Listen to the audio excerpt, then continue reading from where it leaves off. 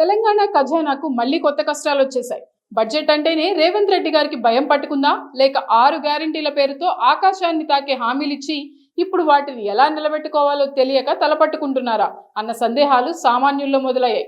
మార్చి 16న అసెంబ్లీలో ప్రవేశపెట్టబోయే దాదాపు 3.25 లక్షల కోట్ల భారీ బడ్జెట్ నిజంగా ప్రజలకు ఆనందాన్ని ఇస్తుందా, లేక అప్పుల భారంతో ఊపిరి సలపకుండా చేస్తుందా అన్నది ఇప్పుడు రాష్ట్రంలో హాట్ టాపిక్.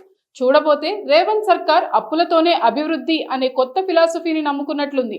ఆదాయమేమో ఆశించిన స్థాయిలో పెరగడం లేదు, కానీ ఎన్నికల హామీల అమలుకు మాత్రం వేల కోట్లు కావాలి. దీంతో మరో 60,000 కోట్లు బహిరంగ మార్కెట్ నుండి అప్పు తీసుకోవాలని డిసైడ్ అయ్యారు. పాత అప్పుల వడ్డీలు, ఉద్యోగుల జీతాలకే ఖజానా ఖాళీ అవుతుంటే కొత్తగా వచ్చే అప్పులతో మహాలక్ష్మి, రైతు భరోసా హామీలను ఎలా నెరవేరుస్తారో వారికే తెలియాలి. ఇక అతిపెద్ద సవాలుగా మారిన పెన్షన్ల పెంపు విషయం. ఎన్నికల ముందు వృద్ధులకు 4,000 రూపాయలు, దివ్యాంగులకు 6,000 రూపాయలు అని గట్టిగా చెప్పిన కాంగ్రెస్ ఇప్పుడు ఆర్థిక భారం చూసి వెనక్కి తగ్గుతోంది. వెంటనే పెంచితే తలకు మించిన భారం అవుతుంది అని గ్రహించి విడతల వారీగా పెంచుతామని ఒక కొత్త ఫార్ములా తెరపైకి తెచ్చారు. తొలి విడతలో కేవలం 500 రూపాయలు పెంచాలని ప్లాన్ చేస్తున్నారట. అంటే పెన్షన్ 4,000 కావాలంటే లబ్ధిదారులు ఇంకెన్నాళ్ళు ఎదురు చూడాలో. ఎన్నికల నాటికి హామీని నెరవేరుస్తామని చెప్తున్నా ఈలోపు అప్పుల భారం సామాన్యుడిపై పన్నుల రూపంలో పడుతుందా అన్నదే అసలు భయం.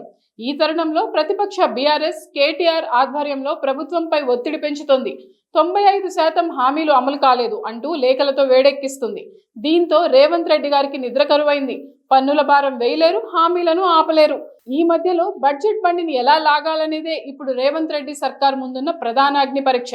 చూస్తుంటే రేవంత్ రెడ్డి గారికి ముందుంది ముసళ్ల పండుగలాగే కనిపిస్తోంది.